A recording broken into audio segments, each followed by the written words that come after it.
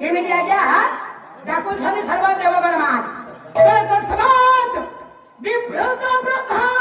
ପରିମ୍ରାଣ ମୁଖ ଶ୍ରିୟଂ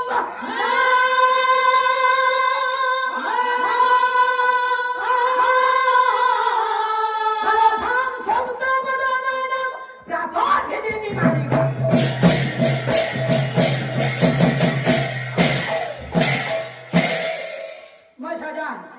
तस्मात् विभृत ब्रह्मा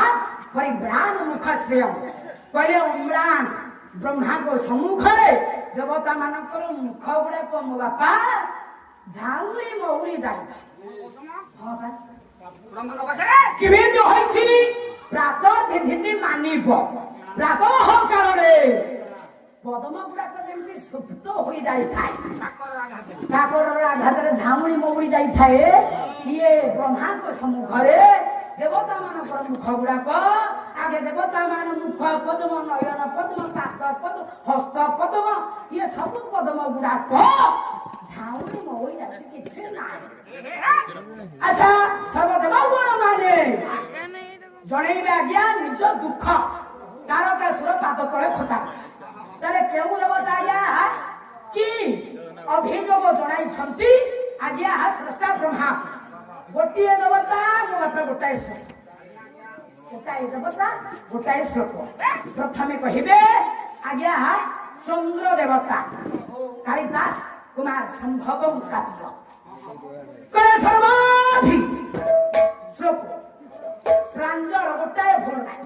सर्वाधि सर्वद चंद्रस्य कोणार भिरिंसावत्त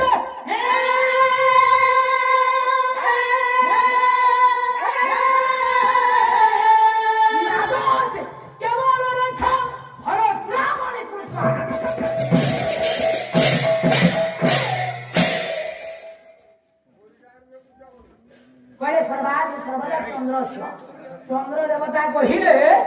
हे प्रभु स्रष्टा ब्रह्मा देखुच ना ये तारकासुर मत आदेश देछि मु पळाए बढ़िबी पळाए कमिबी अमावास्या रे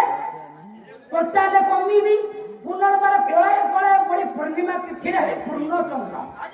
होना नहीं किंतु ए तारकासुर कहउछि मु ता राज्य रे फूल फोकस सही भली चंद्र हे कि रहिबी कमिबी कि बढ़िबी संसार का नीति नियम अच्छे ना से नीति नियम को भ्रष्ट करी कहूँ तू सेमिति पूर्ण चंद्र होगी रही तेणु यार गोटे समाधान कर अच्छा तापर कहले पवन देवता कालिदास कुमार संभव काव्य कौन पवन देवता कहले अवृतम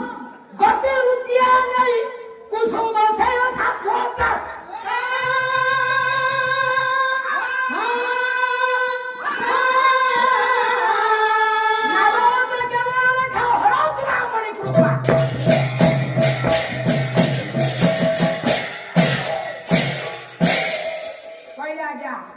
पवन देवता कहले हे स्रष्टा ब्रह्मा हे प्रभु देखंतु कि भलिया कथा ये पवन देवता कहले मते आदेश देइछि जे तारपत्र विंचना हलेइले जेतिकी पवन हबो सेतिकी पवन तू बहि आ जदि अधिक पवन बहिलु ताले दंड ना नहीं कथा कह 1999 अक्टोबर 29 तारीख खंड प्रलय बात्या केड़े केड़े बड़ गछ गुड़ाक रहा किंतु ये तारकासुर कहूँ तारपत्र विंचन हलैवा जी पवन से फूल बगीचार गोटाए फूल कले पड़बनी कौटी ना छाड़ भाई बस पवनटा पेटर चुटी है गोटे कथा हाँ तेणु आज्ञा ये पवन देवता ये कथा कहले अच्छा क्यों देवता कौन कहले अच्छा आउ जड़े कहले हे मेरु पर्वत कालिदास कुमार संभवम काव्य कौन आज्ञा कहले कहले उत्पाद्य मेरु श्रृंगारी खेवनारी हरिद्रम सुनाई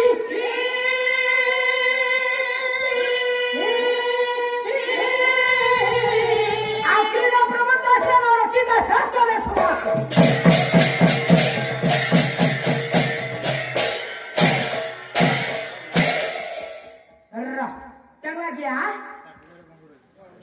କହିଲେ ଉତ୍ପାଟ ମେରୁ ଶୃଙ୍ଗାନ ଇଏ ମେରୁ ପର୍ବତରୁ ଖଣ୍ଡେ ଉତ୍ପାତ ନ କରି ତାରକାସୁର ନେଇକି ତା ରାଜ୍ୟରେ ଗୋଟାଏ ଖେଳ ପଡିଆ କରିକି ଖେଳୁଛନ୍ତି। ମୋ ଭାଇ ମାନେ ଯେମିତି ପଡିଆ କରିଛନ୍ତି ଖେଳୁଛନ୍ତି ସେମିତି ତାର